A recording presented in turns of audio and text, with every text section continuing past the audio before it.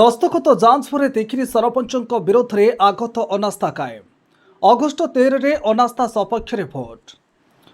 छोट बड़ घटना को नहीं सामाजिक गणमाध्यम पतियारा जाहिर करुवा देखिरी सरपंच चामेली ओझा एवं वार्ड सभ्य सभ्या अड़ुआ चाल छंदी होती। निज पंचायत वार्ड मेंबर को आस्थाभाजन हो पार न सरपंच पंचायतवासी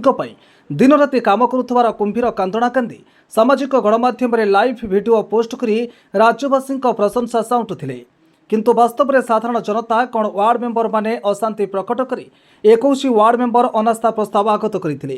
सोमवार उपजिलापाल पत्रांक नंबर 7636 जोगे अनास्था आगत वार्ड मेंबर माने कार्यालय पहुंची दस्तखत जांच रे सामिल होइछंती। दस्तखत जांच रे 20 जन सामिल होइतिबा बेले जणे महिला वार्ड सभ्या असुस्थता पई अनुपस्थित थिले भी अनास्था कायम रहिछि। आगत अनास्था प्रस्ताव सपक्ष में नोटिस जीवार 15 दिन पर अगस्ट 13 रे पंचायत कार्यालय अनास्था सपक्ष में भोट कराजिबो बोली उपजिलापाल कहिसंती। सरपंचक मनमानी कार्यक्रम व्यतिक्रम स्वेच्छाचारिता विरोध में अभियोग आनिथिबा वार्ड मेंबर अनास्था सपक्ष में मतदान कले सरपंच पदवी हराइबा ही निश्चित हेबो। समस्त वार्ड मेंबर को गोटे पिटिशन देथिले regarding no confidence motion of Chameli Ojha sarpanch देखिरी panchayat. तो 24 तारीख दिन आमर लेटर इश्यू है वीडियो को कि सिग्नेचर वेरिफिकेशन हम आज दिन में ऑल्दो पिटिशन 21 जनकर थिला आज 20 जन उपस्थित थिले। जनकर किसी प्रेगनेंसी इश्यू से उपस्थित नहीं पारे। आमर डीपीओ ऑफिस स्टाफ पीईओ एवं मु समस्त दस्तखत जांच सरला। आम सिग्नेचर मैच कलु सब मैच खाईगला। तेणुक जो पिटिशन देते से आगत कलु एवं नो कॉन्फिडेंस मोशन आम डेट स्थिर करूँ 13 तारीख दिन जेहेतु गोटे क्लीयर 15 दिन आज से देले। आज डेट आम इनिशिएट कलु काली डेट रे आम पोस्टल इश्यू करूँ काली डेट पर आम 15 दिन पर 13 तारीख हो 13 तारीख दिन नो कॉन्फिडेंस जीपी ऑफिस रे हम 11टा बेले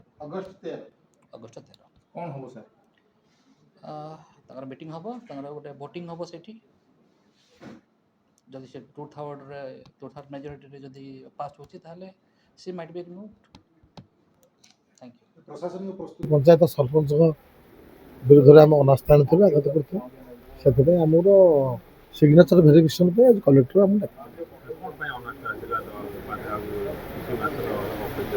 अनास्था आज्ञा आसला कौन आपन को सब मीडिया भाई मैंने समस्ते जानते आम पंचायत को सरपंच जाऊना इे जाऊँ छाड़े जाऊँ ये करें जो पंचायत कम जो हवा कथा पंचायत कम ठप हो जाए पंचायत कार्य कौन कार्य आप गोटे आधार कार्ड ये कला बेलू करप्शन आधार कार्ड कोटे भूल होती सिग्नेचर दरकार सरपंच कौट से सब तो हो पार ना आपर कौन गोटे मनुष्य आधार ना पारे तो कौट जापर आउ तो कम छाड़ू आज्ञा